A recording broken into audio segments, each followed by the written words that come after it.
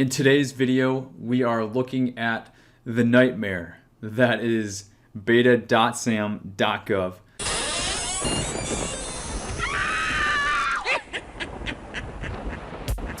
I'm going to be sharing with you a few hacks, a few cool things. The first one being how to stop getting so many archived and old results in your search results, so you're not getting thousands and having to wade through that. So we're going to be looking and playing with some of the new Beta.sam filters to restrict your search results into something more manageable. We're also going to be looking at the brand new saved search feature. I think they've only opened this up for the last week or two at the most. If you were a former FedBizOps user, you got used to getting emails sent to your inbox for opportunity updates and saved search updates. Well, they finally added that feature back. So if this is something that you want to start using today, I will show you how to get that set up so you can start getting those emails back into your inbox based on your saved searches. And lastly, in today's video, I have a bit of a bonus for you. Yes, a bonus. They've added wage determinations for service contracts and public works and construction contracts to the Beta.sam.gov website. So if you are doing pricing, if you're bidding on either service contracts or construction contracts, it's very likely that you're going to have to start using these wage determinations.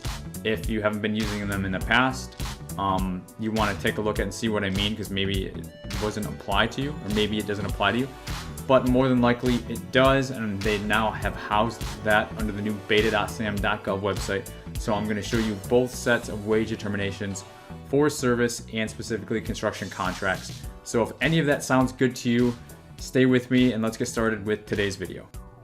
Hey guys, Derek James here again, and as mentioned today, we're going to be diving into the cluster that is Beta.sam.gov. A lot of negative feedback I'm hearing. I think a lot of it's just going to be getting used to some of the things, but then also a lot of it is going to be the government making improvements to the website over time. And as I mentioned, they did make the one update for the saved searches, so we will be taking a peek at that. But first, we're going to be wading through the whole, why am I getting so many search results with old and archived opportunities? So let's head on over to Beta.sam.gov. I'll toggle down to contract opportunities. And if you're watching this video, you probably already know what's going on with this and some of the problems that I'm referring to. So let's run kind of like a basic search like somebody might do, maybe like a NAICS code search using this NAICS code filter over here. We'll do 541330 engineering services NAICS code just to get us something to work with. And we see right here, let me zoom in a little bit for you. We have 1,593 results. And we're like, wow, that is a lot of results to wade through. There's just no way just for that one NAICS code. So let's filter it down again and say, okay, we didn't say what type of notice. So let's look at the bids. Let's look at solicitations and combined synopsis. And it's like, okay, well, you know, we're at 291. That's definitely a lot less, but that's also still a lot of opportunities to wade through. And the problem with all of the opportunities may not be relevant. So what we're going to do is, you see all these boxes over here, all these filters, the inactive, the published, the updated, and then the response date offers due. This is what I've been using because it really shrinks the window down. I feel like it's the one filter that really gets things in the narrow window that I want them to be. So what I'm going to do is I'm going to shrink this down to a 60-day window, starting with today. So the day I'm recording this, it's February 16th. And then I said 60 days, so we're going to take this out to April 16th. And one thing that people don't realize is that they've got it weird, because when you put these filters in, it automatically filters and sorts. But when you play around with these filters, it doesn't. So you actually have to click this button called filter right here. That doesn't even look like a filter. I'm not sure what that icon is supposed to represent. But once you click that, it takes our 291 dramatically down to 30.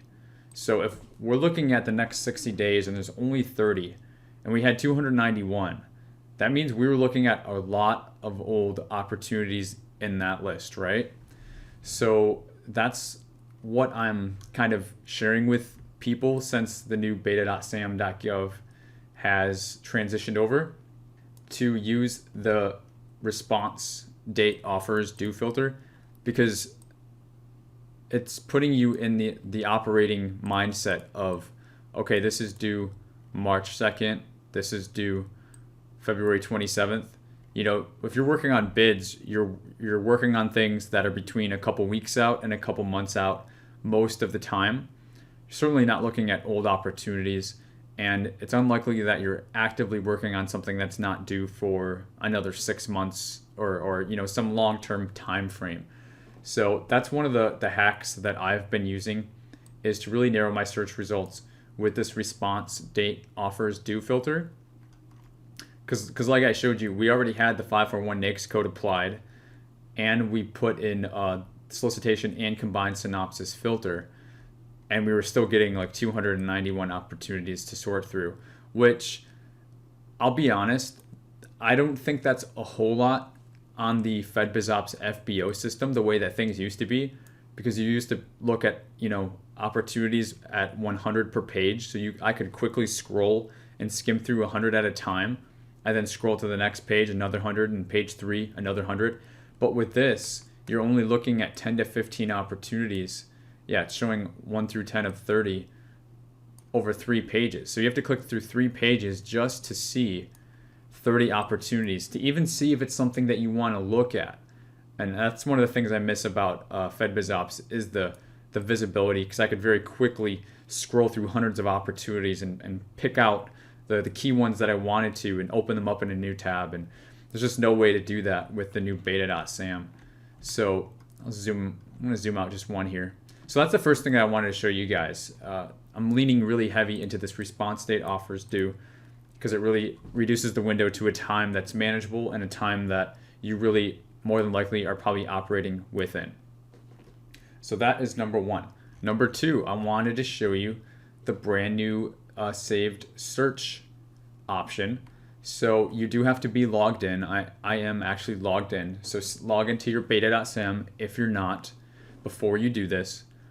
And then now they've added this, you know, they've always had the search results over here, but now they added saved searches. So I'm currently running a few dummy searches, but what we can do is create a new search. All right, so let me back out so I can show you how to get one of these searches set up. So I'll go back into the regular contract opportunities that we were looking at. And now let's just run, you know, a search, for example. We have to set up a search here before you do anything else. So say you want to look at 8A set-asides. Maybe not, because that might be overly restrictive. I won't do a set-aside for now. I'll just do another NAICS code. We'll do utilities, and we will look at, yeah, let's do an agency. We'll do, what pulls up for us here? We'll do the Department of Agriculture, utilities, and then we will do type of notice, sources sought. So sources sought notice, type of notice. Apparently that's not showing any search results. So we're being too restrictive. Let me take off the sources sought. And okay, that gives us 3 search results. That's fine. I don't really care. This is just an example. So once you have your search that you're happy with, you actually have to go over here and just click Save Search. When you do that, it's going to allow you to name the search. So I'll do Department of Agriculture, Utilities, Test. And then you click Save. And then it says Success, Saved Search. Box pops up down there. But then in order to see it, you have to actually go back to Save Searches, click on that. And now you see our new saved search is right here, the DOA Utilities Test. It tells us a little bit of information. There's one page. It tells you the NAICS code, the date that it was last ran, if it's active, and the organization. So any of the filters, just like these other searches have different filters, it gives you a glance of the filters just so you can kind of look at and see what you're watching. Okay, so now how do we get this sent to our email?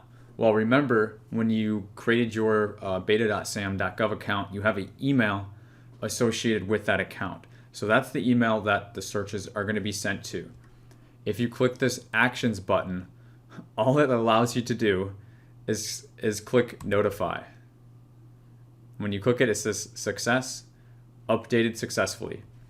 You're not really sure what success means or what updated successfully really means. When you go back in, all you can do is click Stop Notify. I'm laughing because the way that it used to be on FedBizOps is you could actually select how many times you want it to run throughout the day, and you can play around with it like that. But I've been testing this for about 4 days now, and what happens is all of my searches come to my email at 10 o'clock at night. That's what happens. I have to wait until 10 o'clock at night to get them sent to my inbox. Now, obviously, I can go and run them manually, but if I want them sent to my email, I have all of these set to notify, as you can see, and I get 3 different emails sent to my email at 10 o'clock at night. So that's the only option you have. So it's better than nothing, I suppose. I try to go to bed a little bit before 10 o'clock if I can. So that means I don't get to look at my updates until the morning. I'm hoping that they're going to improve the functionality of this in the future because right now it's rather bleak. The other option you have is to download it as an Excel or a PDF. So you can just click Actions and click Download if that's something that you want to do. So yeah, it's not the best, but if you want to start getting those email updates, you can do that, and you can set up these saved searches, again, just by clicking this Save Search option. It's going to allow you to name it, and then just hop on over to the Saved Search box over here, and then it'll show you all your saved search, and then you can delete it, you can duplicate it, you can notify yourself, or you can get the downloads. As of now, those are the 4 options that we get. So I'm not thrilled about it, but it's something. And I'm just crossing my fingers that things are going to continually to improve and get better over time. So that's what we have going on for the saved searches.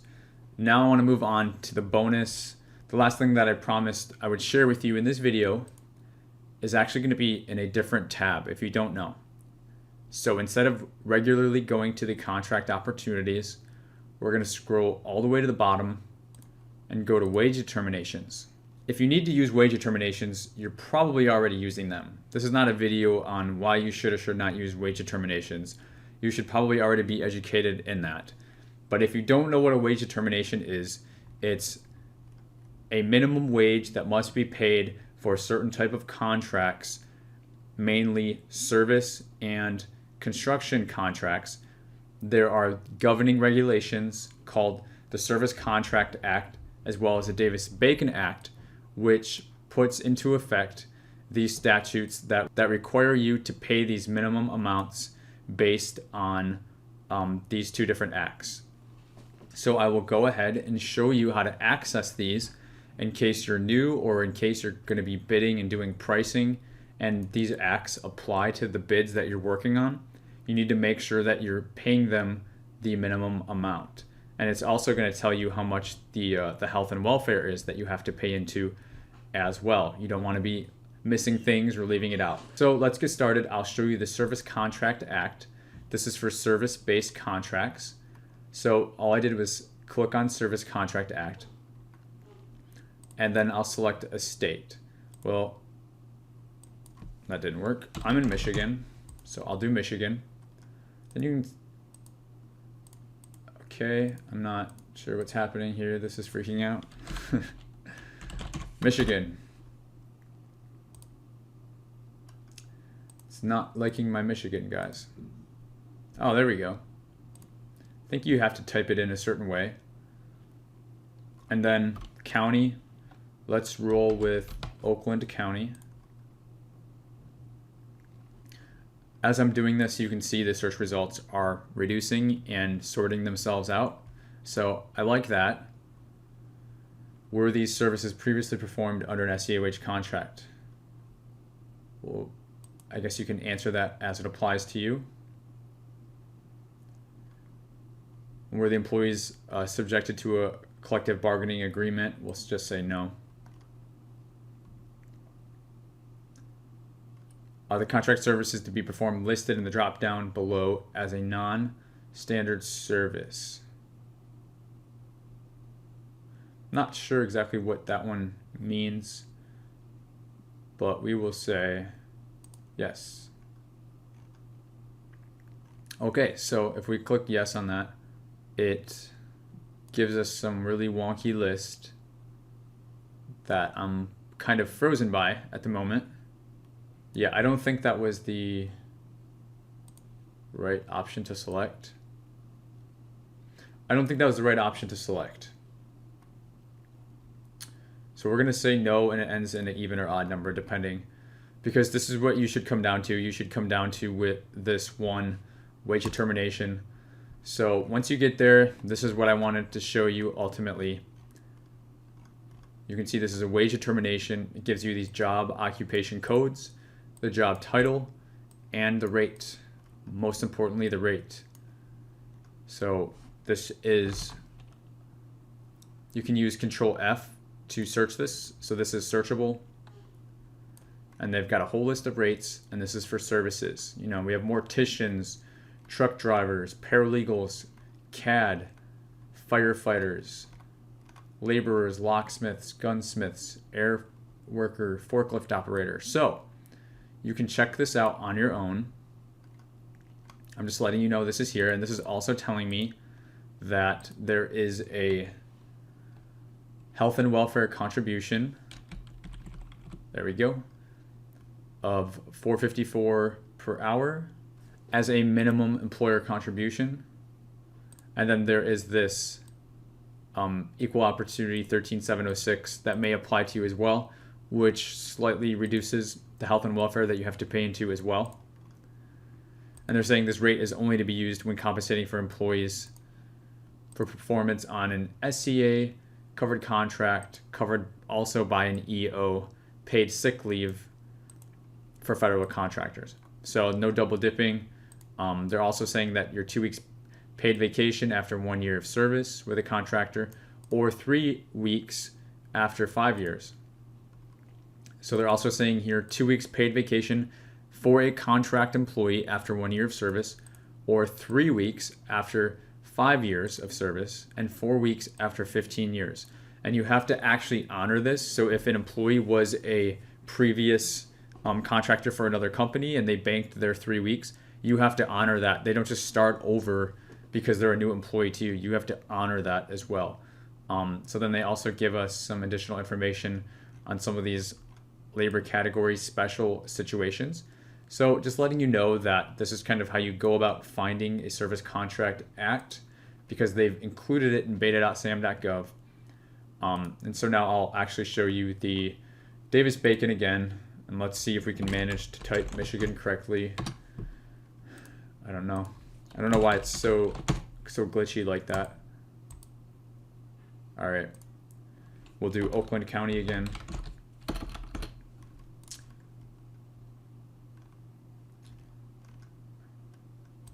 It says doing business as, define the construction type. We'll just say building. And it looks like it didn't pelt us with a million questions like it did on the service contract. It's just giving us the one appropriate, and that's what we want. So now we have the DavisBacon.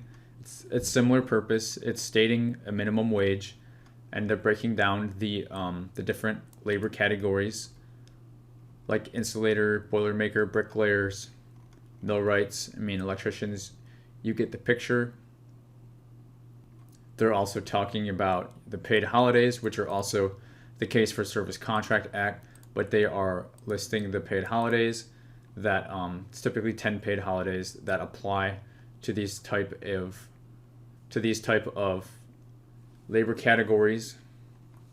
And then they're also sharing the paid sick leave for federal contractors applies to all contracts subject to DavisBacon. More than likely, though, as I said, you probably already know all this if you're using wage determinations. Just letting you all know that they did move them to the Beta.sam.gov website as well. And if you're new and you didn't know this, well, now you know that you can find that, because it used to be at a Department of Labor website. And the whole point of the transition is to move everything under Beta.sam.gov. There's like 13 or some odd number of websites that they're going to be transitioning one by one all to Beta.sam.gov. So it's going to continue to grow and expand over time. But that's really it for this video, guys. If you enjoyed it, please hit that like button and feel free to subscribe. All the videos I do are government contracting related. And if you have any questions or comments, feel free to leave those in the comments of the video. I do respond and watch those as well. Oh, and there's actually one more thing that I wanted to let you know. I do have an ongoing GovCon Masterclass free training that's going on right now, and I'll be linking that up in the description of the video. So if you haven't yet and you want to enroll, it's actually through my Teachable GovCon Academy school. You could head on over there, enroll in the GovCon Masterclass free training. I think it's 3 or 4 hours of free training that I give. And all you have to do is, enroll with your email address, but it's entirely free. You can check that out. Just check out the link in the description of this video. Hope to see you there, guys, and see you in the next video.